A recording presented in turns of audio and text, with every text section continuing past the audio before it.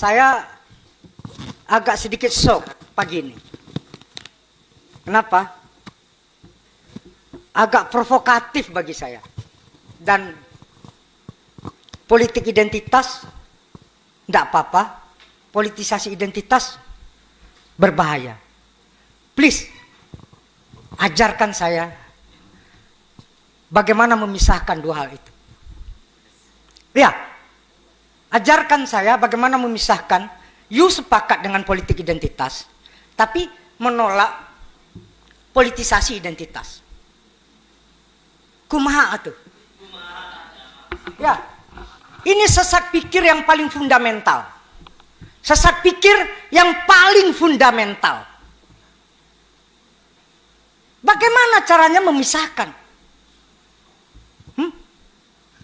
Sepakat dengan politik identitas, tapi menolak politisasi identitas. Politik adalah perlagaan simbolik. Massa, kesadaran massa. Saya tuh diajarkan ketika demo itu, kenapa harus bawa bendera paling besar-besar, kenapa jargon yang harus paling kencang, karena kesadaran publik adalah sebuah kesadaran yang impresif. Itu kesadaran yang sifatnya simbolik. Kenapa kita harus masih berbicara pada konteks politik identitas? Nggak ada yang tabu, nggak ada yang saru. Bahkan ini kan UMJ ini kan. Kita ingat bagaimana sidang BUPU PKI ketika Ki Bagus, apa proposalnya? Biar teman-teman nggak jas merah ini, nggak amnesia ini. Apa proposalnya Ki Bagus? Saya pengen ini negara berbasiskan Islam. Karena Islam yang paling besar. Tapi itu sebuah proses dialektika yang kita terima. Terus bagaimana memisahkan politik identitas itu dengan menolak politisasi identitas? Saya ini nih, kalau begitu kalian, ini contoh paling konkret yang bicara ini. Saya ini ibu Minang, bapak Batak, mbah saya Jawa. Ya. Coba lihat nanti PDI Perjuangan di Dapil DKI ini 7-7-nya Batak dan Kristen. Gimana mau menolak itu? Ya, nggak boleh naif, nggak boleh sesat berpikir. Jadi kesatuan antara kognitif, cangkem dengan tindakan itu harus utuh, Pak. Jangan dicerai-beraikan. Jadi kalau Nasdem partai catch all dia nggak penting itu. Cuma di dalam kontestasi politik, siapa tadi Bung yang presentasi di sini, jangan gegabah, Bung. Ini dunia ilmiah. Justru di sini kita ingin mendudukkan secara proporsional, secara objektif dan secara radikal. Tidak provokatif, tidak. Coba lihat, kenapa namanya Universitas Muhammadiyah terus bicara tentang Sang Surya? Bagaimana memisahkannya? Nggak usah bicara partai yang Anda katakan tadi harusnya berlaga tentang kebijakan. Coba lihat UMJ ini aja sendiri. Siapa yang mereka sasar? Ya kalangan Muhammadiyah sebagai mahasiswanya. Bagaimana mereka tidak menonjolkan simbol-simbol kemuhammadiyahannya? Nah, dalam kontestasi, Anda akan komunikasi politik. Ada 3 hal, ada narasi, ada mitos, ada gosip. Teman-teman lihat, ada film Hercules terbaru itu. Ternyata Hercules bukan anak dewa Zeus dan dewa Hera.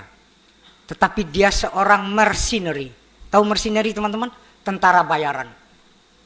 Kehebatan dia hanya didendangkan oleh para propagandisnya.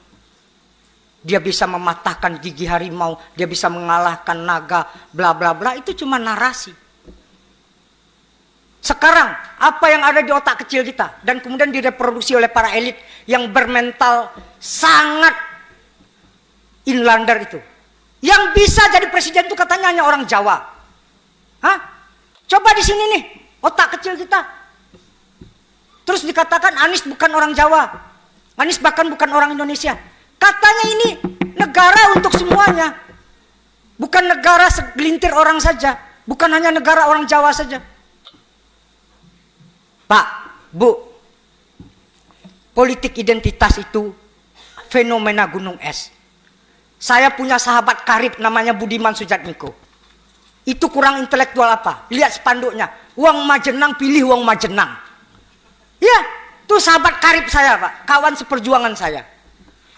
Terus mau naif seperti apa kita? Mau kurang jujur seperti apa kita tentang realitas ini? Jadi jangan pernah mengutuk gelap. Jangan hanya melihat hal-hal yang artifisial. Jangan. Lihatlah itu secara holistik. Kenapa politik identitas ini terjadi? Kenapa politisasi identitas terjadi? Anda tahu disertasi Burhanuddin Muhtadi itu? Banalitas politik uang. Banalitas politik uang tidak ada yang mengalahkan.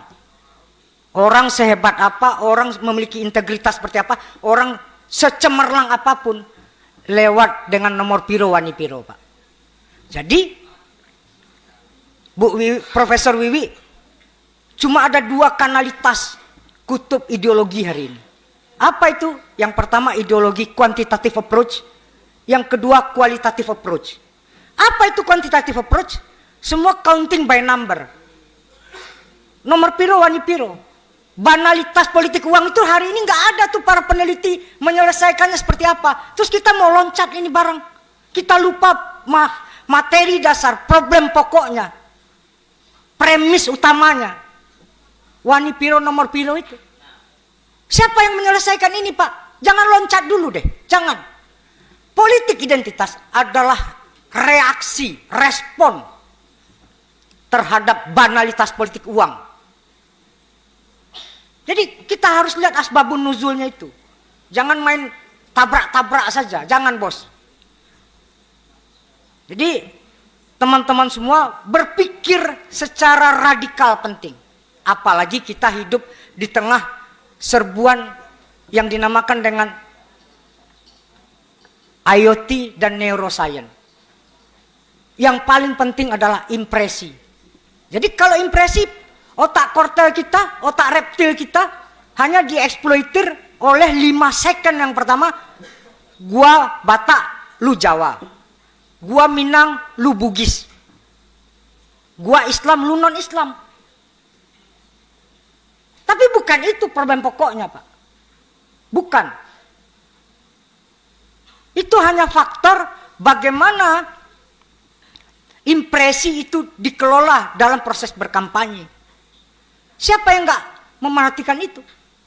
Justru saya ingin mengajak kawan-kawan, problem fundamental kita tidak ada sekarang orang bicara tentang kemiskinan. Survei-survei yang beredar sekarang itu, 78% apapun jenis surveinya, Bu, Siti Zuhro, teman-teman semua, 78% problem kemiskinan di Republik ini. Gak ada yang berteriak bagaimana menyelesaikan kemiskinan Indonesia. Gak ada Pak. Anda harusnya hadirkan Prabowo, Ganjar, Anies Baswedan, bicara tentang problem kemiskinan bagaimana, lapangan kerja bagaimana, harga-harga bagaimana. Jangan tunggu endorse-endorse presiden pemberani, bla bla bla, janganlah itu preketek lah itu. Jangan. Kita bicara problem pokok kita. Kemiskinan Pak, lapangan kerja, indeks rasio Gini. Bagaimana? Ini nggak ada yang bicara ini. Seolah-olah semua menunggu endorsement presiden, seolah-olah semuanya masalahnya hanya identitas. Ini Jawa non Jawa. Wah, hajab kita masa sekelas S1, S2, S3 masih berbicara pada konteks ranah itu. Masa kampus masih berbicara pada politik impresi seperti itu. Tambah decline kita. Saya sebagai orang yang waras mau ngajak kakak-kakak semua, teman-teman semua, 3 problem besar ini tidak pernah hadir. Harusnya kita bukan memerangi identitas dan politisasi identitas tadi. 1, perang terhadap korupsi dan politisasi aparat penegak hukum. Hari ini semua diinjak, hari ini semua diintimidasi, hari ini aparat penegak hukum semena-mena melakukan politisasi hukum. Resah nggak kita? Nggak ada Pak. Semena-mena aja ini. Mau tangkap si A, tangkap si B, tangkap si C. Kenapa yang menjadi presiden petugas partai Pak, bukan pelayan rakyat. Yang menjadi presiden itu harus pelayan rakyat, bukan presiden partikelir, bukan. Kita berdiri di atas sebuah kepentingan. Kalau dia benar-benar Soekarnois, harusnya loyalitas saya kepada partai berhenti ketika saya menjadi pejabat negara. Itu yang dikutip oleh Soekarno. Jangan sesat pikir, jangan. Tambah rusak, tambah segmented republik ini kalau kita selalu berdiri atas perspektif dan ideologi yang picik seperti ini. Jadi sebagai penutup saya ingin katakan, Bu Wiwi, persatuan siapa sih yang menolaknya? Tapi ingat, apa kritik Hatta kepada Soekarno? Kita bukan berdiri atas dasar persatuan nasional. Bukan dijejerkan sebagai partai terus jadi pengekor ditusuk dari pantatnya. Tidak, Pak. Persatuan itu hadir sebagai sebagai sebuah bentuk common project dan common consciousness. Jangan pernah menggugat bahwasanya kita sama-sama anak bangsa dan ada yang lebih nasionalis dan ada yang lebih tidak nasionalis. Tidak, itu tipuan. Terima kasih. Assalamualaikum warahmatullahi wabarakatuh.